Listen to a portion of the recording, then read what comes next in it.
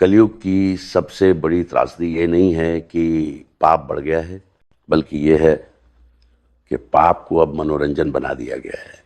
एक समय था जब भाभी शब्द सुनते ही मन में माँ जैसा सम्मान पैदा होता था।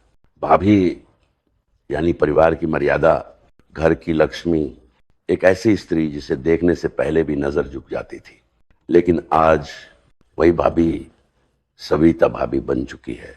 आज भाभी मान नहीं रही, वो अब संबंध नहीं कंटेंट बन गई है। वो अब सम्मान नहीं संभावना बन गई है। सोचिए हम कहां से कहां आ गए।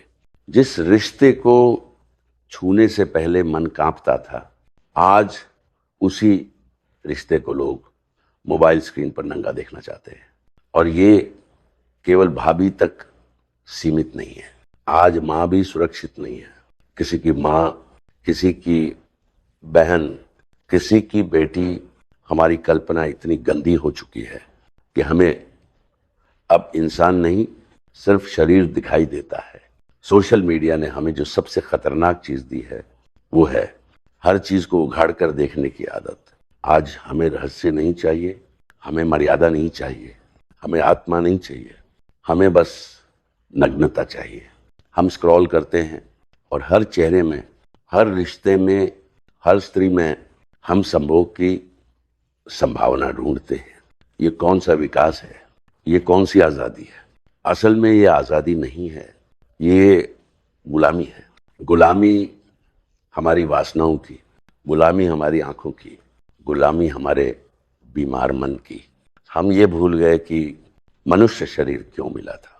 ये शरीर सिर्फ भोग के लिए नहीं था, ये शरीर सिर्फ देखने और दिखाने के लिए नहीं था। मनुष्य शरीर वो एकमात्र द्वार है जिससे होकर हम ईश्वर को जान सकते थे, हम अपने अंदर छुपे परमात्मा को पहचान सकते थे, हम चेतना को जागृत कर सकते थे।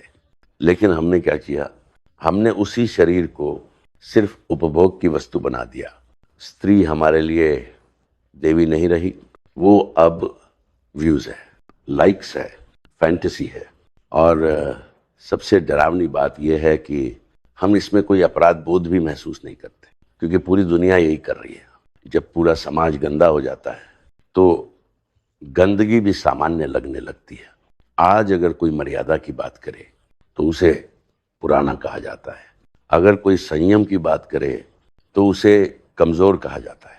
लेकिन सच ये है कि संयम कमजोर नहीं करता, संयम शक्तिशाली बनाता है।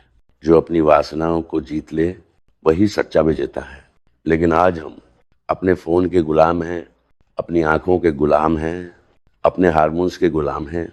हम खुद को आधुनिक कहते हैं, लेकिन हमारी सोच आदिम जानवरों से भी नीचे गिर चुकी है। जानवर कम से कम हर रिश्ते को नहीं भोगता, लेकिन इंसान आज हर रिश्ते को अपने दिमाग में नंगा कर चुका है। ये कलयुग की बीमारी है और इसका इलाज कानून नहीं है, इसका इलाज ऐप्स बंद करना भी नहीं है।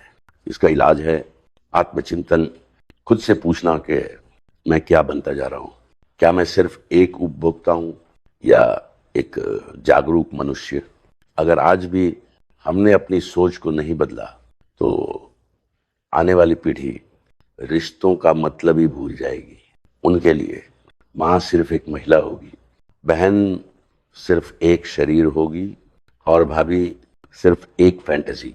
और तब दोष सोशल मीडिया का नहीं होगा, दोष हमारा होगा, क्योंकि प्लेटफॉर्म सिर्फ वही दिखाता है जो हम देखना चाहते हैं।